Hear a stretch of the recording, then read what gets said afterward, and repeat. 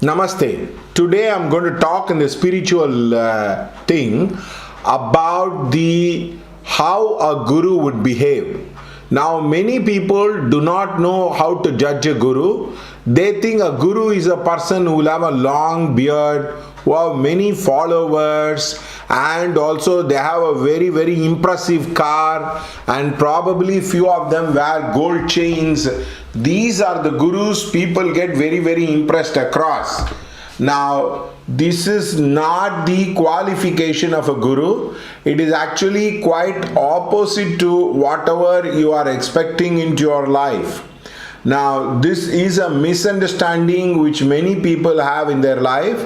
The first qualification of a guru is you don't ask questions to your guru. The moment you go into his presence, he should be able to answer your questions. Suppose you have some questions, some fear, doubt, dilemma in the thing, he will be able to answer the question even without you asking them. This is the first sign of spiritual greatness. Now many people claim a lot of spiritual greatness without understanding that it is not mind reading.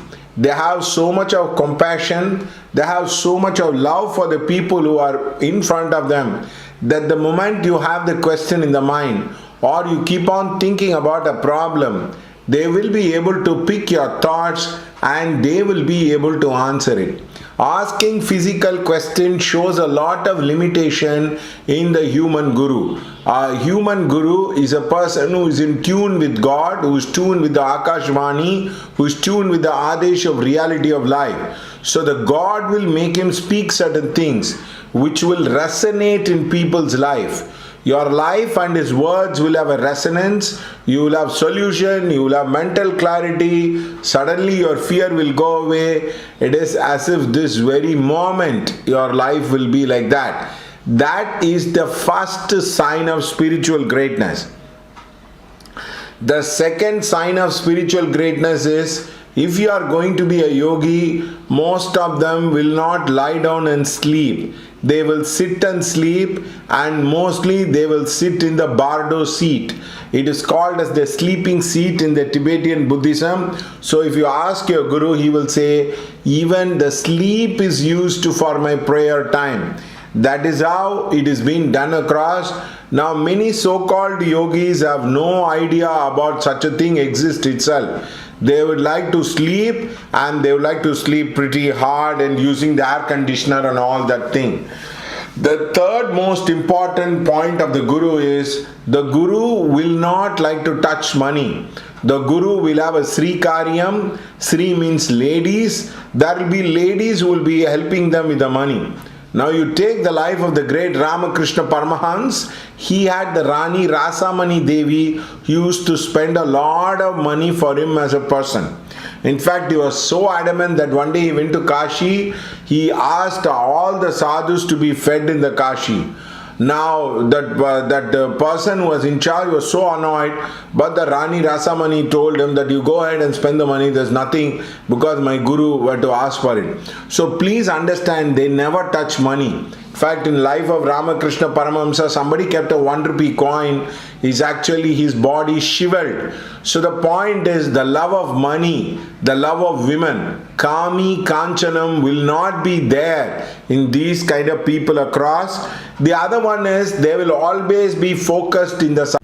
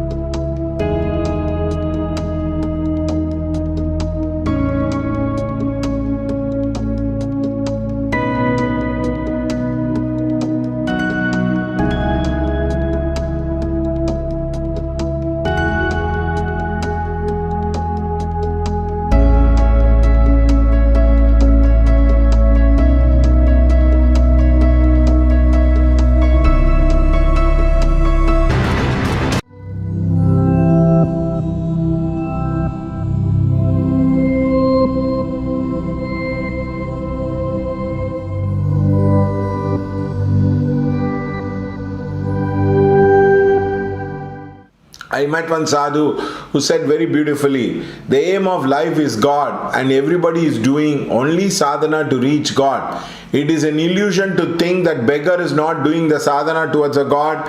It's only us who are doing the sadhana. It is wrong, he said. So in a similar way, everybody is doing the sadhana. They will look the whole life as nothing but sadhana towards God. Whether you are making money or you're screwing somebody's happiness, or you're screwing a woman, or women screwing you, or any kind of a thing across, it is just sadhana, sadhana, sadhana for them. The other most important thing is they have a very simple life. One day I went along with Swami Shantananda. I had only a small TVS bike. I said, will you sit in my bike and come? He said, yes, I will come in your bike. He used to travel only in third class. Later they upgraded him to the AC class. He never used to travel by flight. I have seen a lot of monks who are the embodiment of simplicity. They don't have lavishness, they don't have splendor, they don't have showmanship. They are very, very simple in their lifestyle. They are very simple. It's very easily approachable. The point with many of these people have is all these so-called modern gurus are not simple at all. They have Lexus car, they are very luxurious, their love for luxury will overtake anything.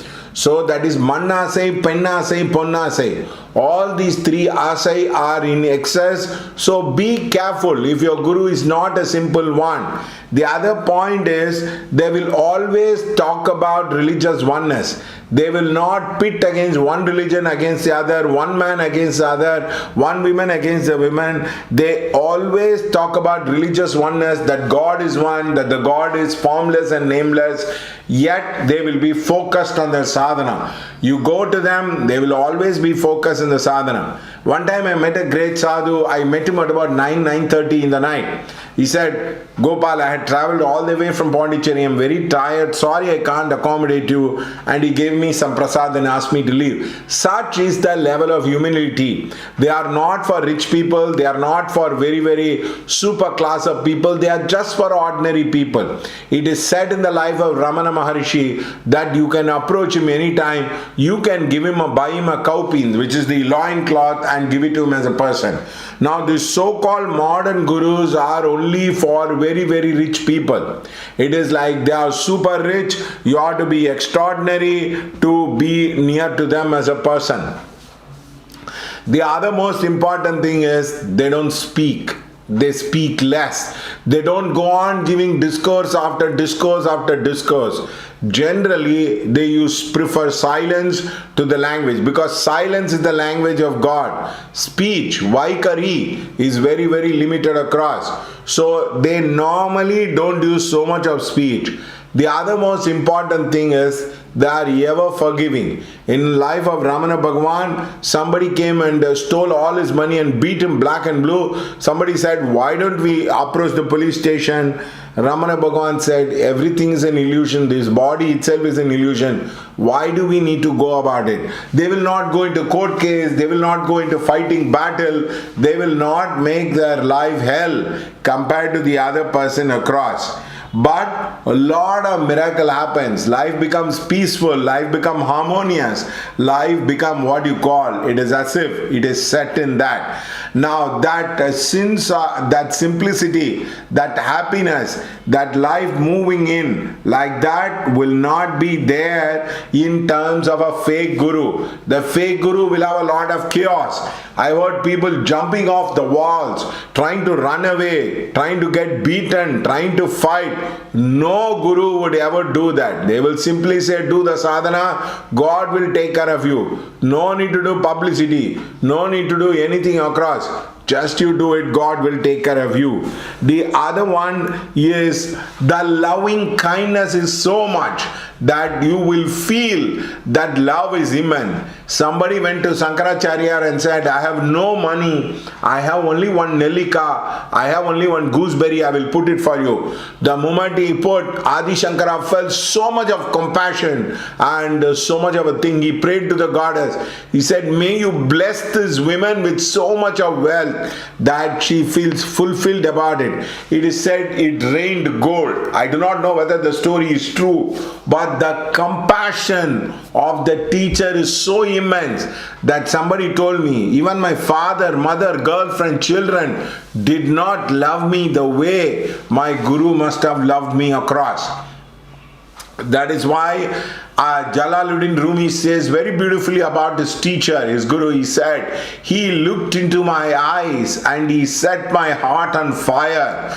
Shamsuddin, I am gone. So the point is, you will have spiritual longing, you will have spiritual thirst, you will have spiritual focus into your life. You will not be wasting your time about unnecessary things. You will be very, very focused on the spiritual thing. It is not about doing seva. It is about prayer without ceasing will be brought into your life. You will normally become silent. You will become peaceful. And suddenly you will be like as if you are born again. So remember, these are the qualities of the Guru. It is not like having a long beard and wearing cooling glasses and talking to actresses and jumping around like fools and idiots. It is like a prayer. You will feel the presence of prayer in front of a great teacher, that you know the God runs the shows across. I pray God that may all of you get a good teacher. India has a very afflicted horoscope. The Guru is in the 6th house. That is why we have rogues who are being as a teacher across. I pray God that may all the people who see this video, may they have good gurus. May they always try to get the spiritual guidance what they are looking into their life. Thank you so much.